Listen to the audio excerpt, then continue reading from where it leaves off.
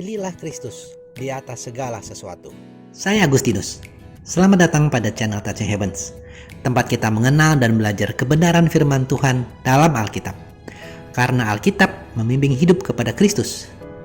Mohon like dan subscribe untuk membantu channel ini bertumbuh dan firman Tuhan semakin diwartakan. Pada kesempatan hari ini, kita membahas teladan dari martir pertama, yaitu Stefanus, yang tertulis dalam Kisah Para Rasul bab 6, ayat 8 hingga ayat 15. Dan Stefanus yang penuh dengan karunia dan kuasa, mengadakan mujizat-mujizat dan tanda-tanda di antara orang banyak.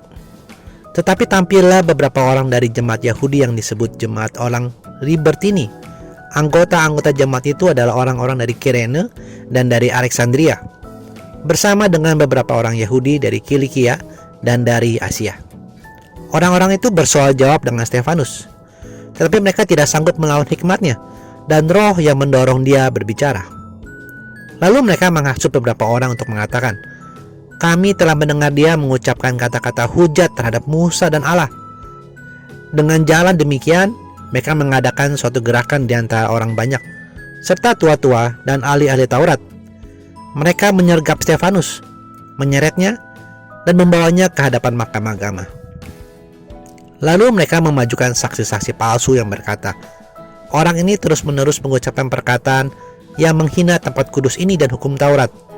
Sebab kami telah mendengarkan dia mengatakan bahwa Yesus, orang Nazaret itu, akan merobohkan tempat ini dan mengubah adat istiadat yang diwariskan oleh Musa kepada kita." Semua orang yang duduk dalam sidang mahkamah agama itu menatap Stefanus. Lalu mereka melihat muka Stefanus sama seperti muka seorang malaikat. Teman-teman, di bab 7, Stefanus menjelaskan karya-karya dan kuasa Allah dari zaman Abraham hingga Daud. Namun karena cukup panjang, saya menyarankan Anda membaca sendiri ya, dari ayat 1 hingga ayat 50 dari bab 7 tadi. Kemudian kita melanjutkan dari bab 7 pada ayat 51 hingga 60 berikut ini. "Hai orang-orang yang keras kepala dan yang tidak bersunat hati dan telinga, kamu selalu menentang Roh Kudus, sama seperti nenek moyangmu, demikian juga kamu.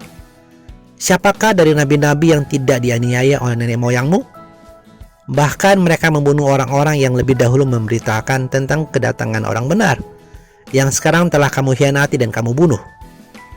Kamu telah menerima hukum Taurat yang disampaikan oleh malaikat-malaikat, tetapi kamu tidak menurutinya." Ketika anggota-anggota mahkamah agama itu mendengar semua itu, sangat tertusuk hati mereka. Maka mereka menyambutnya dengan gertakan gigi. Tetapi Stefanus yang penuh dengan Roh Kudus menatap ke langit, lalu melihat kemuliaan Allah dan Yesus berdiri di sebelah kanan Allah. Lalu katanya, "Sungguh, aku melihat langit terbuka dan Anak Manusia berdiri di sebelah kanan Allah." Maka berteriak-teriaklah mereka sambil menutup telinga, serentak menyerbu dia. Mereka menyeret dia keluar kota lalu melemparinya. Dan saksi-saksi meletakkan jubah mereka di depan kaki seorang muda yang bernama Saulus. Sedang mereka melemparinya, Stefanus berdoa katanya, "Ya Tuhan Yesus, terimalah rohku." Sambil berlutut ia berseru dengan suara nyaring, "Tuhan, janganlah tangguhkan dosa ini kepada mereka." Dan dengan perkataan itu meninggallah ia. Stefanus mati dirajam, yaitu dilempari batu hingga mati oleh anggota-anggota mahkamah agama. Mengapa? Karena Stefanus mengatakan kebenaran, dan karena kebenaran itu mengguncangkan sistem atau adat istiadat agama Yahudi waktu itu, sesuatu yang dipegang erat oleh pemimpin-pemimpin tua-tua anggota mahkamah agama. Karena kehidupan mereka, karena tata cara masyarakat mereka tergantung pada adat istiadat itu.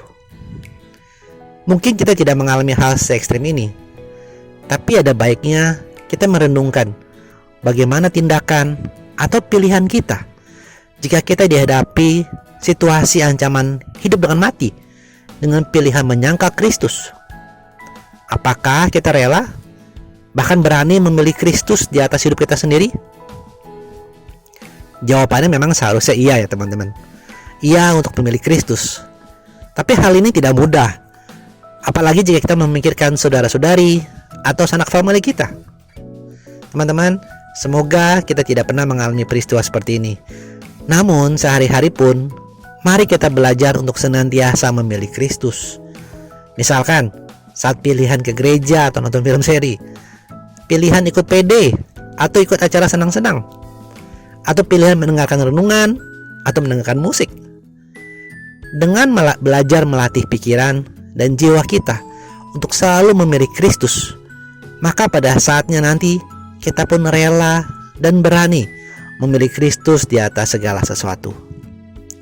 Hal lain yang kita belajar dari teladan Stefanus adalah perkataan yang terakhir, yang mirip dengan sabda yang pertama kali dikatakan oleh Tuhan Yesus di atas kayu salib dalam Lukas 23 ayat 34. Ya Bapa, ampunilah mereka, sebab mereka tidak tahu apa yang mereka berbuat.